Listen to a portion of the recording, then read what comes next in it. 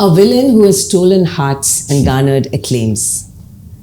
A person who has gifted Indian cinema some of its finest moments. Definitely the favorite of discerning Indian cinema lovers. Well, we have with us this morning on the next guest from the 973 show, the one and only veteran Prakash Raj. Namaskaram. Welcome to the show. Namaskaram, sir. Thank you so much for taking your time off to speak to us on the 973 show. I'll keep it very simple and short, different from the routine questions. Can we start on that feeling of yours, different feeling, different languages? Very often you speak about that.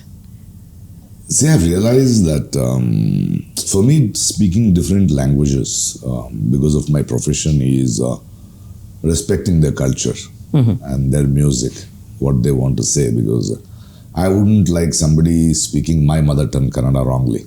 Yeah. And if I want to say something, I need to know the language of the person who's listening. So this journey has actually enriched me because I've been able to get into the window of seeing their literature, their stories, their food, their culture. And they feel that I'm theirs, their man. You know, Yes. when you speak a language, you become them. And moreover, I always believe that language is just a sound. It is just documentation of a sound.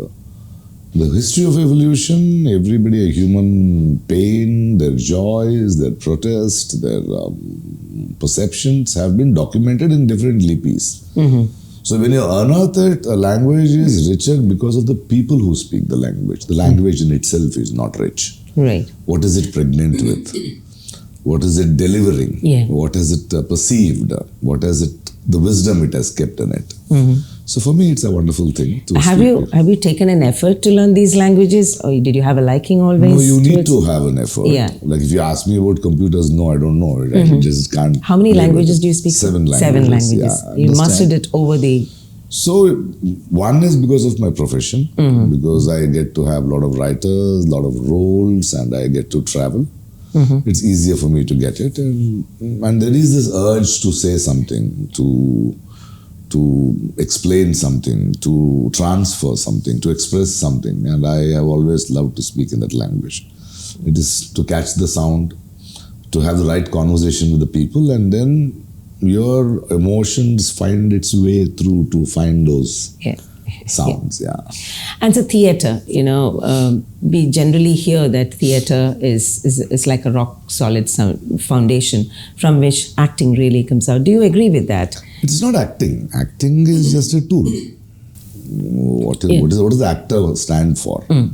So theatre gives you that perception. You get to analyze, because theatre is not just a play. You need to read literature, you need to read poetry, you get to cross thought process, and there's so much of conversation, which actually chisels your perception of life. If you're a very serious guy, it is not something which is a training center for acting. Okay, yeah. So that's it is usually not conceived that. like that. It's People would say conceived that. like That's why. that. You get to act, you get more confident. It is And not, it there is is a also, process. sorry to butt in, there is also this tendency of people saying like, he comes from the theatre background, that's why he is. So for example, recently we did a play called Wounds. Okay. Now, wounds is the wounds inflicted by humanity on themselves. It could be a communal violence, it could be wars. So I have a Nirdiganta where we had around 10 actors, and they had to go through the scripts of Pirandello's play on the First World War. Okay. And then how a great Jnanapith Award winner Kuvempu talked about the Second World War in his Smashana Kurukshetram. Then you get to read Monto to understand the partition of this country. Then you see another research work which talks about the 18th century Tipu Sultan's Dange or whatever it was. And you get a lot of Pablo Neruda's play, songs, poetries, which talks about the impact of war. Just look at the process an actor goes through when he's doing a play. He would like to know what was documented in the First World War. What was the reaction to the Second World War? What happened to the partition? Who is Monto? So this process enriches you as a person, enriches you as an actor.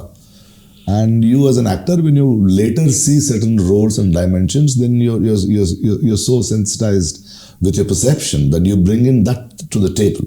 An actor who brings something to the table with his experience, with his enrichment with his reading, is what theatre does to a person. Yeah. When it comes to reading, the book fest, the BK's book fest is what brings you here. And we are very proud that it is the second largest in the region after the Sharjah Book Fair. How do you look at the importance of book fest? Yesterday we had several questions about younger generation reading. Beyond that, general in terms of reading. This is, don't say in this generation, that generation. Every generation has its own hunger, her own horizons to fly. Because we have reached a horizon, and whenever we have reached a horizon, we have found another horizon emerging. Yeah. So it is a continuous tense. Book fairs, this sort of collective people coming down to read a book, to discuss a book, to be able to come here with an open mind to see different thought process.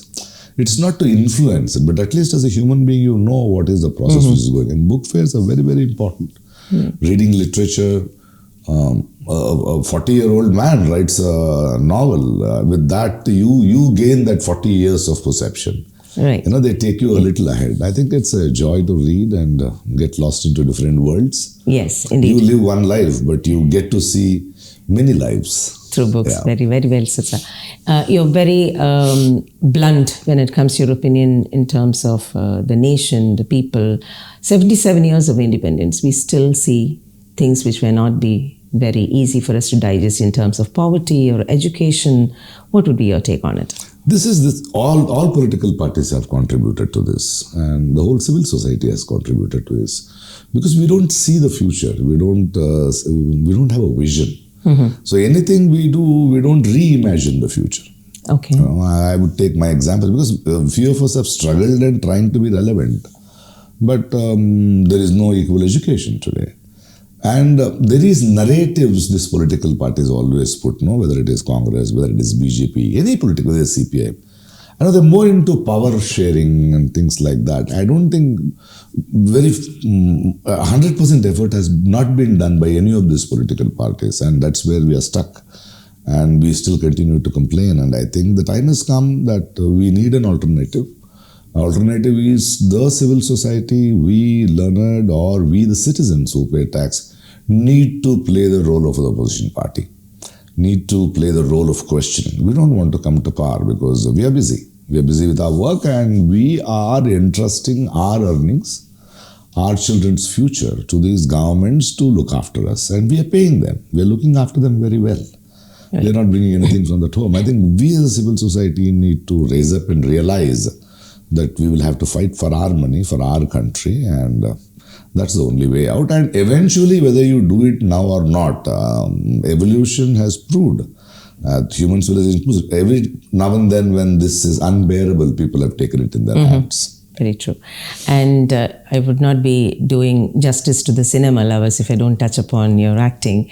I would not ask you which is your favorite, but then some of those wonderful moments which you've got fetched you accolades, a national award accolades. Which one would you? A lot of films like that. Irvar would be one of very personal film of mine. Kanjivaram is a very, very personal film of mine sometimes. There are many films at different spaces, some might have not got the national awards, but then I like a lot of films.